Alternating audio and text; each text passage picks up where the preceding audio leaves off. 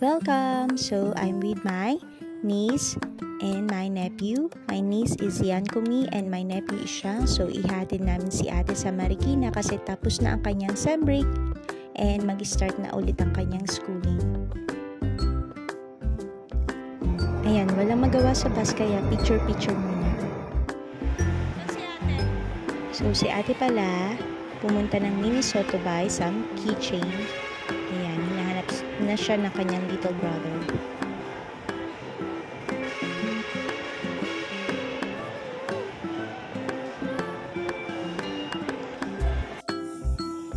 Yan, andito tayo sa Miniso inside Pitex. Ayan, nakasanggi pa ako ng isang item pero buti na lang hindi babasagin.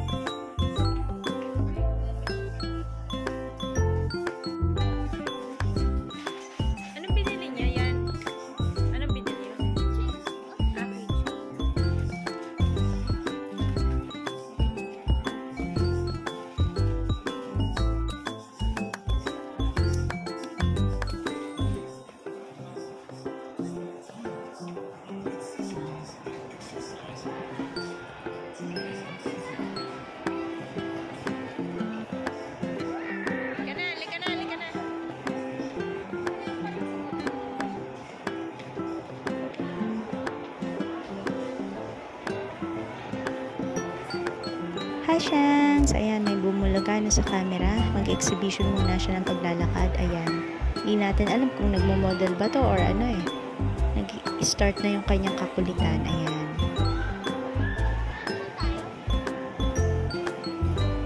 So, from Pitex, mag-jeep tayo papuntang Taft. Then, lakad ng konti papuntang LRT1. So, sa LRT1, sasakay tayo ng tren papuntang Doroteo Jose.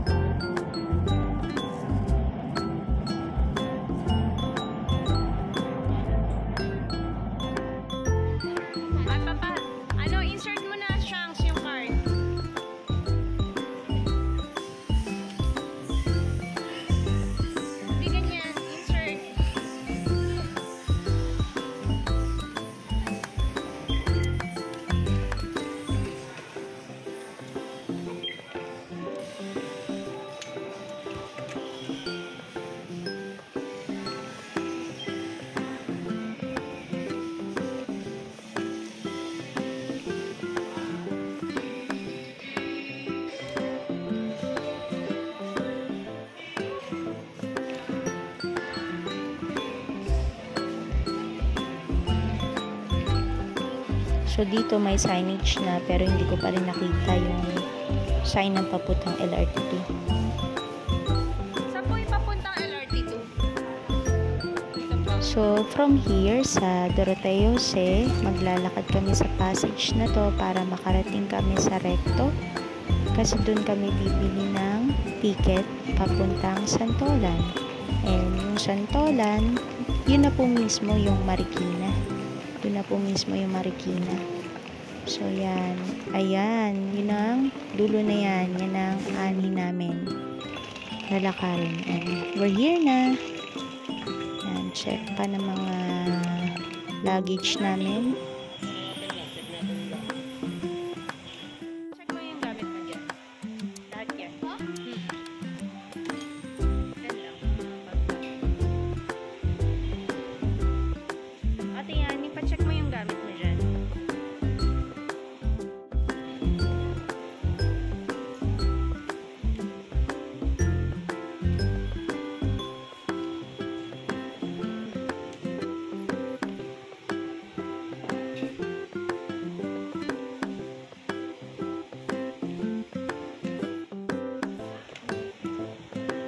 sali ka na.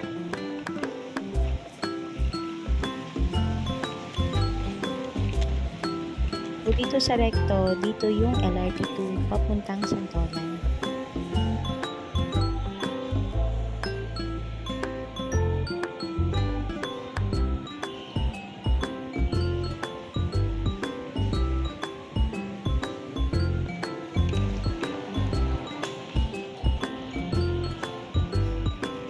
Talagang ma-exercise ka dito sa kakalakad, pati mga jugets na exercise.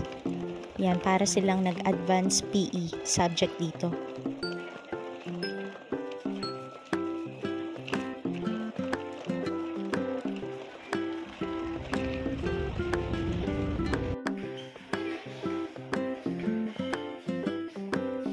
Ayan na naman po ang aking pamangkin.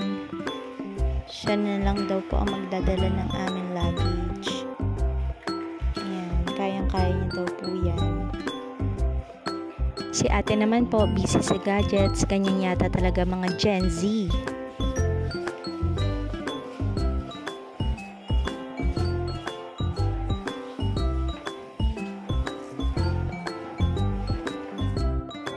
Ayan, look at the camera muna kasi gulo-gulo na ang aking hair. Pero pretty pa rin.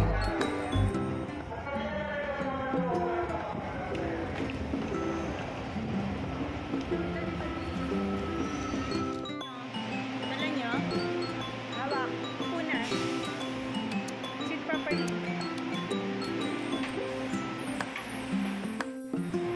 So, ayan, tinitignan namin ang aming biyahe sa LRT line to Ruth Map. So, from Recto to Santolan, ilang station yan? 11, 1, 2, 3, 4, 5, 6, 7, 8, 9, 10, 11. 11 station po.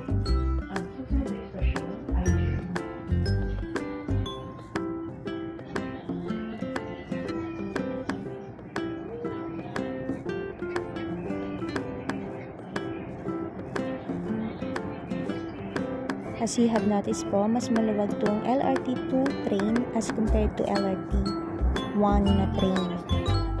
Ayan, nandito na kami sa escalator and nandito na kami sa Santolan Station. At last.